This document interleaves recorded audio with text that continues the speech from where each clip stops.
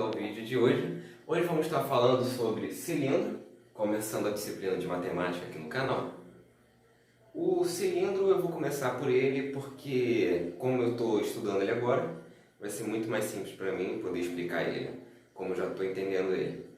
A gente vai começar aqui falando que o cilindro ele é um sólido geométrico, ele é um objeto de 3 dimensões, formado a partir da da rotação de um retângulo, que se denomina de sólido de revolução.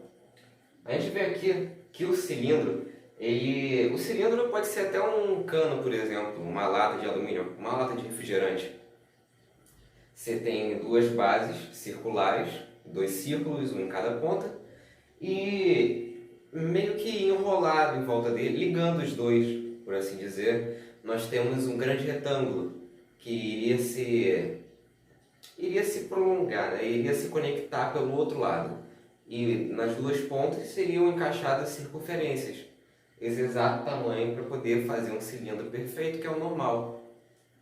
Aqui no cilindro, como a gente pode ver, alguns pontos aqui, que eu já vou explicar os pontos, eles acabam formando um retângulo, que é uma imagem que a gente acaba vendo dentro de um cilindro. Mas como assim a gente vê um retângulo dentro de algo que parece mais esférico, né? Mais circular? É simples, porque vamos imaginar que a gente bote, sei lá, uma linha, um eixo aqui. E aqui nesse eixo a gente bota um retângulo, a gente encaixa o retângulo. Se nós pegarmos esse retângulo e virarmos 360 graus, ele vai fazer um cilindro, ele vai formar um cilindro. Porque ele aqui, ele é como se fosse um objeto formado a partir da rotação do retângulo. Por isso ele ficou conhecido, como eu tinha falado, de sólido de revolução. Tem alguns termos assim no cilindro que são um pouquinho diferentes, que é bom você aprender ou até gravar, né, para sua prova ou para o seu Enem, porque eles realmente caem nas questões e se você não souber essas palavrinhas-chave, é bem capaz que você simplesmente não saiba o que é, tá? Vamos começar agora aqui a entender o que são esses pontos todos, essas letras todas aqui. Bom, se você for perceber, temos aqui uma linha traçada até o meio. Mas por que é o meio do círculo? O meio do círculo a gente vai chamar de C, que seria o centro do círculo, o centro dessa circunferência que fica aqui na base, tá bom? Mas para a gente chegar até esse centro, para a gente saber exatamente onde ele fica em um círculo, a gente precisa ter um raio para poder traçar, ou seja, a gente traça o raio a partir do centro até a ponta. Assim a gente sabe que o centro é aquele e a gente acaba sabendo também o tamanho do raio, se a gente está criando ele. Então aqui a gente tem o centro e temos o raio também dessa circunferência, ok? E quando falar de diâmetro ou simplesmente tiver uma letra D, isso quer dizer que é o dobro do raio, porque um diâmetro ele é uma linha inteira, uma linha que passa direto na circunferência, reta, não é só metade, não vai só até o centro e volta. Ela vai direto, de uma ponta a outra do círculo. Portanto, se você dividir ela por 2, vai dar o resultado que vai ser o raio. E se você multiplicar o raio por 2, logicamente vai dar aí o diâmetro da circunferência. O G que a gente tem aqui nada mais é do que a altura, basicamente, tanto que está aqui G igual a H. H é a nossa altura, né? De um ponto para outro, de uma base para outra. O G, ele é a altura, é como se a gente pudesse traçar várias retas nesse retângulo que está sendo retorcido para poder formar o cilindro. Porém, esse G aqui se chama geratriz, porque ele está em volta do sólido. Ele não está aqui no centro que nem o H que forma a altura, tá bom? Esses são todos os pontos assim do cilindro. Tem algumas coisas mais específicas ainda, mas isso não é nem um pouco necessário para provas comuns ou para o Enem. Totalmente desnecessário aprofundar demais. Aqui a gente só vai ver o que é necessário mesmo, os pontos que a gente precisa para fazer prova ou o Enem. Outro exemplo aqui, ó, de palavras-chave é o reto e o oblíquo. Tem 2 tipos de cilindro. No caso aqui que eu desenhei é o reto. Por que é reto? Porque ele, quando a gente traça uma reta dentro dele, a altura, por exemplo, a gente percebe que forma aqui, ó, um ângulo de 90 graus com a base.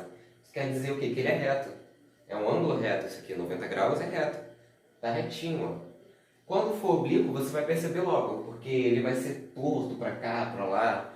Ele nunca vai estar reto. Sempre que esse ângulo for diferente de 90 graus, qualquer um desses ângulos for diferente de 90 graus, ele vai ser oblíquo. Mas como isso não cai também no Enem, a gente não vai estar estudando o cilindro oblíquo. A gente vai estar estudando somente o pronome reto, que é muito mais simples e cai de verdade no Enem. Outra coisa muito interessante, quando uma questão estiver falando de seção meridiana ou seção meridional, é porque ela provavelmente vai estar te dizendo para você perceber o corte que está sendo feito aqui. Imagina aquela lata de novo agora, o cilindro de novo. Se você fizer um corte nele, se você fizer uma imagem certinha, o que você vai ter é um retângulo. Seria esse retângulo aqui estendido. Você vai ter um retângulo certinho. Mas se a questão estiver falando que o cilindro é equilátero, cilindro equilátero, é isso mesmo, esse é o termo, ele vai estar dizendo que tem um quadrado perfeito formado dentro desse cilindro. Ou seja, isso daqui não seria um retângulo, e sim seria um quadrado que encaixaria aqui perfeitamente. Então, nesse caso específico de cilindro equilátero, a gente vai poder usar o G igual a 2R, que a gente já mata a questão na mesma hora, né? Se o G é igual a 2R, vai ser um diâmetro. É só você fazer a questão aí, e o G também é igual a H, ele que é igual a 2R. Isso aqui mata rapidinho, se você for fazer uma disseção meridiana. Mas é meio que raro isso acontecer, então toma muito cuidado. Não fica só nisso daqui, por isso que a gente vai aprender essas 4 formulazinhas, né? Formulazinha, para a gente poder entender. Esse daqui é um dos sólidos que volta o π a funcionar por causa dessas bases de circunferência. O π não é um grande amigo da gente, né? É um pouquinho complicado, mas a gente pode entender ele. Nas questões, o π, que é essa letrinha aqui, para quem não lembra ou não conhece, ele vai ser quase sempre resumido e vamos colocar no lugar dele o 3,14. Mas às vezes pode cair também 22/7. Porque se você for simplificar, né, dividir de verdade, vai dar mais ou menos 3,14. Mas por que mais ou menos? O π é um número infinito. É uma circunferência, é a medida da circunferência.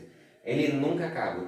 Então, para simplificar, nós praticamente sempre usamos o 3,14 no lugar. Ou, em alguns casos, os professores simplesmente deixam colocar só o π mesmo no lugar, sem você calcular a multiplicação dele.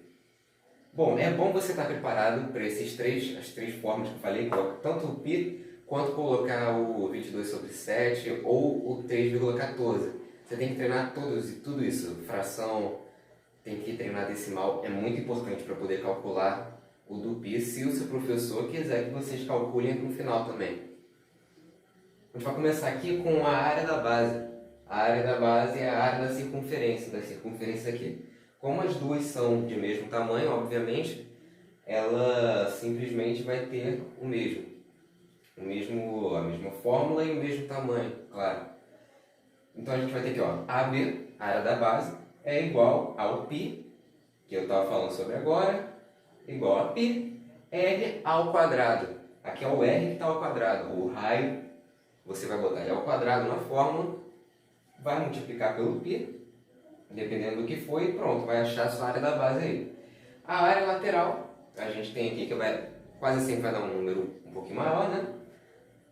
Aqui a gente tem AL igual a 2 vezes π vezes o R, que é o raio, vezes H, que é a altura, que é igual a diretriz. Sempre vai ser igual.